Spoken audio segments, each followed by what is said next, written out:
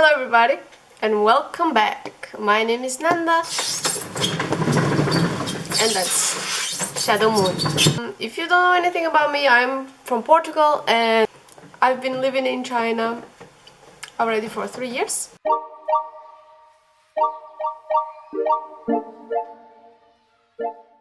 Today I want to talk a little bit about some apps, the most useful apps that you can get if you're coming to China, if you're coming to live here.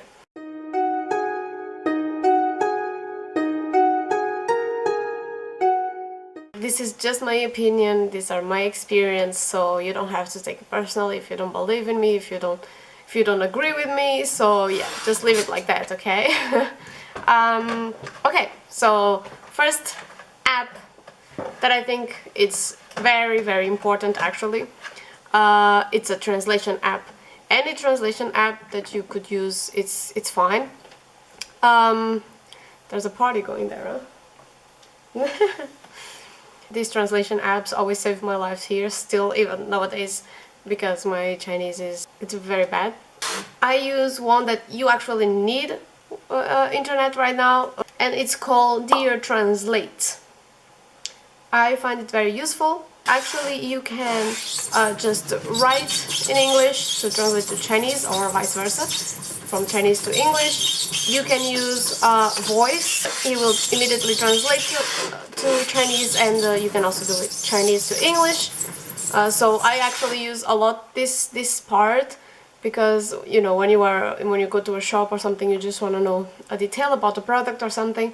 So it's just so much more easy if you can have like a conversation with a person. And another thing that you can use is you can take like a picture, and then I translate the parts that I want to know what it is, or everything. It also happens with any picture. You can just take a picture of anything that it's in Chinese, and then it will eventually translate to English, or again vice versa. You can. The second one, it's the most important of them all, which is WeChat. WeChat, if you don't know anything, WeChat is like WhatsApp, it's like Facebook, it's like Twitter, it's like PayPal, like all in one thing together. The thing about WeChat is you can use it for messages. You also have like, actually you can do everything with WeChat. We also pay a lot of stuff with our phone, like people here in China don't really use cash that much anymore. Like we can pay like taxi drivers, anything, like any shop, anywhere you want, you can just pay with WeChat. Hairdresser, WeChat. I don't know, you go buy fruit, WeChat. You go on a taxi, WeChat. Anything you can imagine, you can pay with WeChat. Of course, you can also pay with cash. That's not the problem. Cool. So the next app. Taobao. Like I said in my previous video, Taobao is like Amazon or eBay, more like eBay, I guess. The thing is, like, on Taobao you can buy anything you want. It goes up from clothes, shoes, furniture, food, anything. I'm really not exaggerating. Anything you want.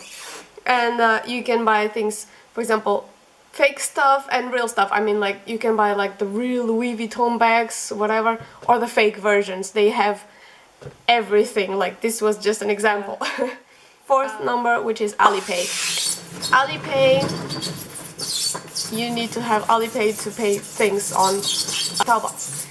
AliPay is like PayPal, something like this. It's basically like that. You just use AliPay for doing transactions. AliPay is connected to your bank card, and you can just pay stuff. Like you can pay stuff with WeChat, you can also pay stuff with AliPay. Although AliPay is a little bit more secure than WeChat Pay. The next app that I want to talk about is DeeDee. It's exactly like Uber, but here in China it's called DeeDee. Why would I advise you to get DeeDee? Because we are actually foreigners.